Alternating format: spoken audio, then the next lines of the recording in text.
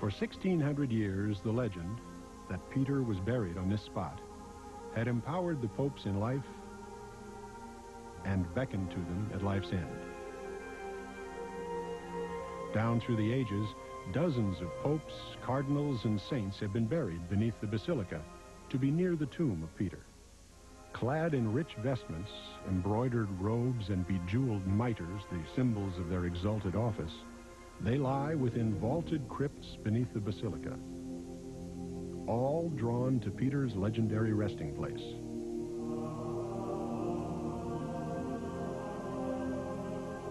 By the 20th century, room was running short.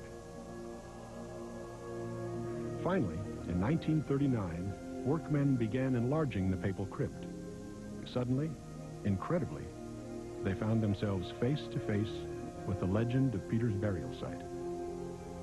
A shovel went through the floor. They realized that there was something below them that was not foundational for the basilica. And literally, during World War II, under the nose of the Nazis who were around and occupying Rome, it took 12 years, and Pope Pius XII gave permission to excavate the site down below St. Peter's.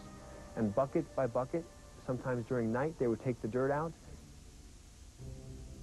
Gradually, they unearthed an ancient red wall, the remnants of a shrine undisturbed since the time of Constantine. It was covered with faint Greek and Roman symbols. Among them, dozens of times, the word Peter. Inside an ornate tomb, bones, hundreds of bones from ancient burials at the Vaticanus.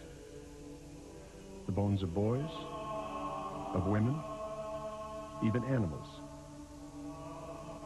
Everything but the bones of a man who had been crucified.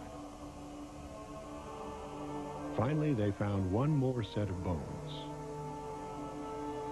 Buried in a humble niche beneath the wall. At first they seemed unimportant. But when scientists examined this set of bones, the results were electrifying. And after testing was done, they found that the bones were of a man from the 1st century, a robust man, and they found a piece of bone from every part of the body except from the ankles down. And why would that have been? Because when he was crucified upside down, what most likely happened, as was often the case, to remove the body from the cross, they would cut the feet off at the ankles and take the body and bury him nearby. All tradition and scripture, all that pointed to the fact that St. Peter was right here, is more or less confirmed.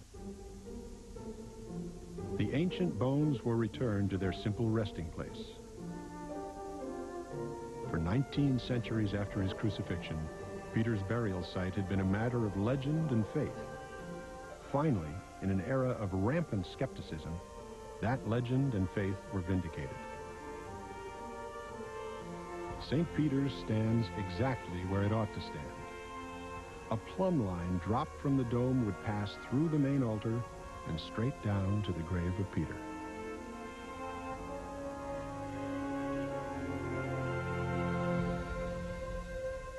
The great basilica is a dazzling monument to the power of faith.